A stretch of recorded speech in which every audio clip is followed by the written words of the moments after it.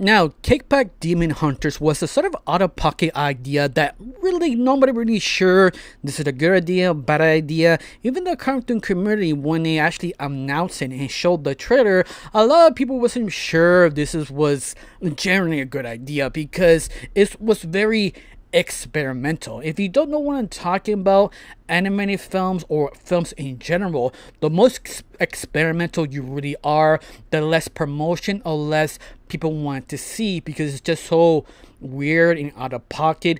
Only if you make it sort of enough mainstream to actually push that little nudge it needs to make it popular enough to put in theaters or maybe in streaming service, because usually they just fall into they're very experimental but it doesn't work.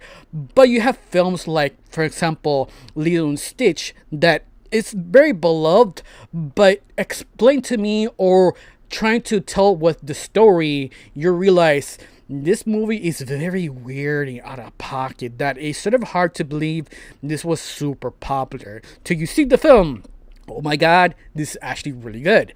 And K-pop Demon Hunter fall to that slot because this could be maybe the next Little Stitch kind of blow up. Maybe, depends, because I heard online a lot of people wasn't sure or care about it, or even saying sort of weird things like, oh, the animation is sort of weird, bad. Yeah, I was like, what are you talking about? Because the animation is clearly very good. Like every single detail about this animated project is sort of super well handled. I mean, they actually took time to figure out the hair physics, how the tassels of the uniforms, the makeup, the expressions.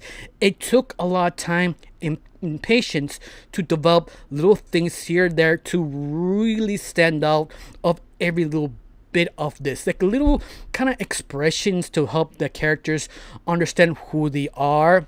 It's just so much detail here. It's just super incredible. Like they actually took a lot of time and thought how to build this world and the animation, how it go with it. In fact, some of the character designs are incredible. I mean, almost feel like they trying to sell me basically Barbie dolls to me. They just, that's so good looking and over the top. It just nailed it, especially the expressions and everything else.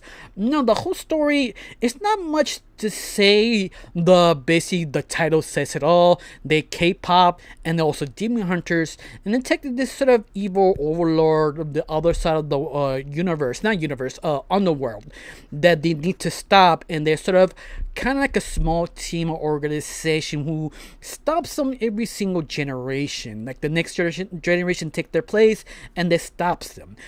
But one time, and this time, they have a demon have a master plan to finally take them down.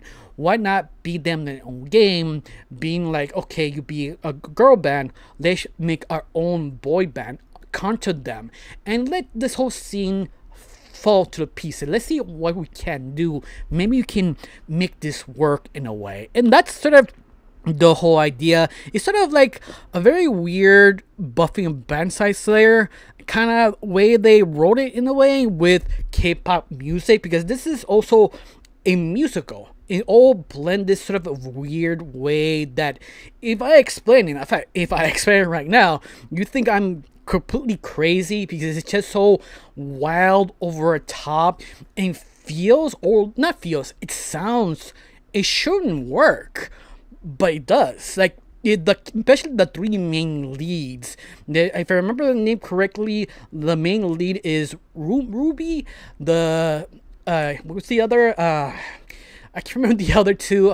Mira, and the last one was, if I remember correct, Zoe. Yeah, all three ladies are very strong female leads. Each one has a lot of good chemistry. I mean, it doesn't feel they just reading a script, or the voice actors trying really hard to make this work. And actually if you hear them starting the very beginning, how they talk to each other, how they feel very real, good friends, they feel realistic now. It's like the little things they do really does help. And also the animation. Usually, sometimes people want to use the animation more than the voice actors, but I feel the voice actors really understood the characters and make sure the little things they say to really hit them as the character. Like you really understand each one of them. For example, like Zoe, in other words, I think the best example, because Zoe is sort of a people pleaser, how sweet and kind, but how the voice actors sound super energetic, good, almost like a golden retriever kind of vibes, who want to satisfy everyone, and the performance really sells it. It helps even more the animation kind of give her that sort of kind of cutesy sort of moments to really make her character even more stronger. You also have, for example, Mira, if I'm correct. I think I have her name incorrectly, but you get the idea who I'm talking about. She's sort of the kind of like the person who didn't have a home, struggling to find friends. She sort of accidental found this sort of band group and she joined outwards. In fact, the whole movie feels like a kind of like a behind the scenes interview for a music video.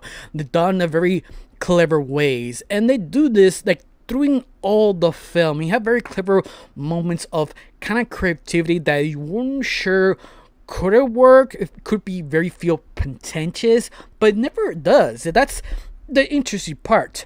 And you also have the main lead, Ruby, that she's sort of the leader, the one who is in charge, but you find out she's sort of hiding stuff in her own friend group, and also the reason why she want to always a workaholic. Like she is the one who trying to make everything go as smooth as possible, the workaholic, but a little bit later you see the cracks why she's like trying to be constantly working, because the very end she's sort of a way kind of affected. She's sort of kind of like a hybrid of a human and a demon, but the only problem is they never had that before and they don't know how to deal with her. Like she doesn't know she would tell my friends. She taught her sort of mother figure who helped her becoming this sort of demon hunter, but like, should we stop this? Should I be human or not human? You have conversations like that in the whole movie,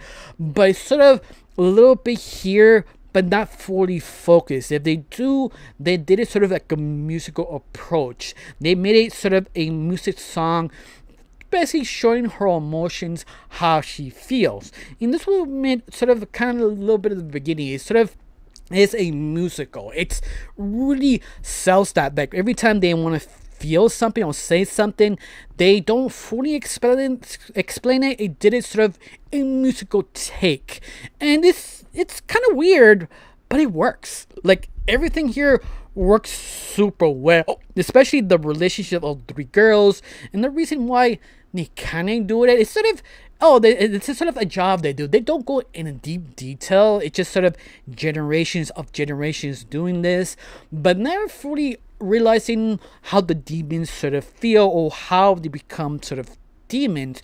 Till you find one demon had an idea like they one up them, instead of hunting them down one by one or as a group, let's do like a boy band, one up them and their own career. But I love it that it's sort of the K-pop sort of vibe, or sort of what the K-pop people do, that sort of trying to please their fans the best way they can. It is sort of like almost part of the whole story, make this very unusual, but it makes sense if you know kind of like how bands are very connected to their fans, like how band members are so connected to their fans, how they always trying to please them, or how always trying not to piss them off, especially K-pop fans who have a very kind of unhealthy relationship. If you've seen a lot of like videos knowing what happened to their K-pop band, what happened to them, why they wasn't successful anymore, you find a lot of reasons why fans stop caring about them. Those kind of relationships is sort of kind of a little bit unhealthy. They kind of deal with it in this film, but they don't really approach it. They approach it a very unique way. Like they need to sort of do this sort of singing K-pop kind of songs to create this sort of weird shield to press down all the demons, to lock them into the underworld, in other words. And that's why they have to be sort of K-pop bands slash demon hunters, because that's sort of the weird kind of job. Because the whole story, they never really take themselves completely fully serious. It's something like, yeah, this is a thing, but they don't do it like wink wink nudge nudge, just go with it. They did it in a way it's sort of very charming. It's in a way it's sort of like a music semi documentary. Like the very beginning they show you, oh yeah, this is all our three main leads, who their backstory, how they used to do, and they do a couple of songs and they continue on the interview.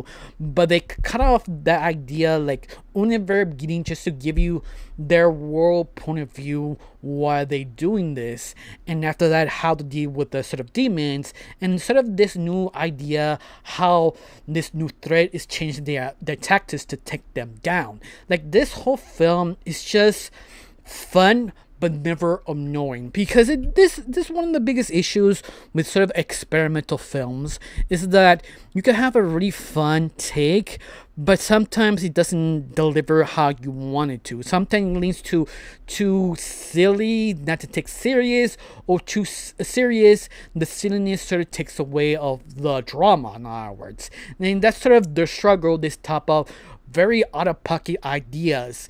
And luckily for us, this film delivers, like the emotions, the drama, the weird things. In fact, the best way to describe this film is sort of like Lilo Stitch. Like that's why we're always trying to compare this to Lilo Stitch. It's just so weird, out of pocket, but it works. Like Lilo and Stitch, it's weird, out of pocket, but it works because they understood what everything needs to do to hit that emotional kind of point, to relate, to care, to feel something. Even you realize this movie is just sort of bonkers and insane. Like it is truly weird, but it also kind of plays with a sort of kind of K-pop sort of competition drama.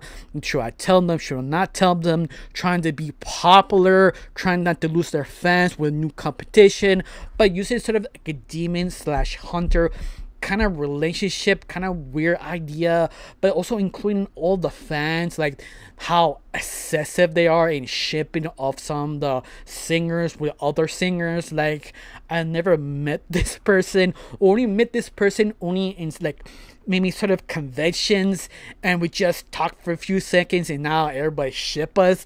That's sort of weird, excessive kind of fanatics. They do play with a lot of things and none of them feeling jarring. Of course, sometimes you do have a problem of feeling like, yeah, this is too fast. Like sometimes, like usually these type of films, they go 110 miles per second. Sometimes you need to slow down to feel the punches, and that's what they do. They slow down to show you what they're feeling and do it super well. Like this feels very kind of Disney like. Yeah, it sounds weird, but it's the best way to describe it. It feels more Disney than Disney, and that's just shocking, especially with Sony, who made this film. For some reason, Sony animated projects are basically becoming banger after banger after banger. It's like sort of quietly becoming this sort of hitman behind the scenes, and Disney not yet fully noticed this to be too late. They actually took over all the animated projects. Like they talk about more Sony than Disney, and it feels like that way. Like it feels like you're not yet seen it, but it's there. It is happening.